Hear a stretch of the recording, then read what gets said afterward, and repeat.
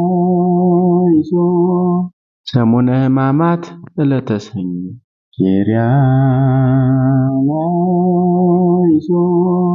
ሰኞ ጌታችን መድኃኒታችን ኢየሱስ ክርስቶስ ሰው ሆኖ በዚህ ዓለም ሲመላለስ በሆሳዕና ማግስት ከቢታንያ ወደ ኢየሩሳሌም ሲገባ ሁለት ነገሮችን አከናውኗል። አንደኛው ከቅጠል በስተቀር ፍሬ ያልተገኘባትን ዕፀ በለስ ረግሟል። ሁለተኛ ወደ ቤተ መቅደስ ገብቶ የሚሸጡትንና የሚለውጡትን አስወጥቷል። ማቴዎስ 21 ቁጥር 12 ላይ እንደተመዘገበው በቅዱስ ማቴዎስ አገላለጥ በማግስቱ ተራበ የሚል ቃል እንመለከታለን። ነቢዩ ኢሳይያስ እግዚአብሔር ለዘላለም አይራብም፣ አይጠማም፣ አይደክምም ይላል። በቅዱስ ወንጌል በመጀመሪያ ቃል እንደነበር፣ ያ ቃል ቀዳማዊ እንደሆነ፣ ቃልም በእግዚአብሔር ዘንድ እንደነበር፣ ያም ቃል እግዚአብሔር እንደሆነ ተጽፏል።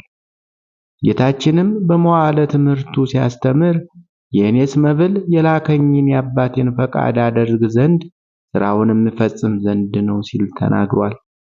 ታዲያ ጌታችን ለምን ተራበ? ሰማያውያን መላእክት እንዳይራቡ አድርጎ የፈጠረ እስራኤልን ገበሬ በማያርስበት ዘር በሌለበት ዝናብ በማይጥልበት ምድረ በዳ የመገበ ደረ ሥጋዌ በ5 እንጀራና በ2 ዓሣ ከ5000 የሚበልጡ ሰዎችን የመገበ ጌታ ተራበ ተብሎ ሲነገር እጅግ ይደንቃል። በእርግጥ ኢየሱስ ክርስቶስ ፍጹም አምላክ ፍጹም ሰው በመሆኑ አልተራበም አንልም። የጌታችን ረሃብ የድህነት ወይም የማጣት አይደለም። የክርስቶስ ረሃቡ የበለስ ፍሬ ሳይሆን የሃይማኖትና የመልካም ስነ ምግባርን ፍሬ የሻ መሆኑን ለማጠየቅ ተራበ ተባለ። በለስ ብሂል ቤተ እስራኤል ሙንቱ እንዲል ጌታችን የፈለገውን ባለማግኘቱ ጉባኤ አይሁድን ረግሟል። በአይሁድ ጉባኤ የነገሰውን ኃጢአት በበለስ አንጻር መርገሙን ታላቁ ሊቅ ቅዱስ ዮሐንስ አፈወርቅ በአንጻረ በለስ ረገማት። ለኃጢአት በበለስ አንጻር ኃጢአትን ረገማት ብሏል። እስራኤልም በአንድ ወገን የተጠበቀባቸውን ፍሬ ባለማፍራታቸው ተረግመዋል።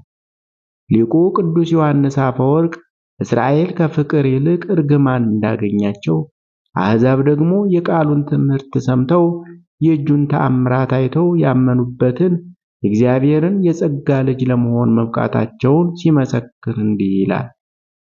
አሕዛብ አስተጋብኡ ጽጌረዳ በሂሩቱ ወሶኩሰ ተርፈ ሀበ አይሁድ ዘውቱ ሃይማኖት።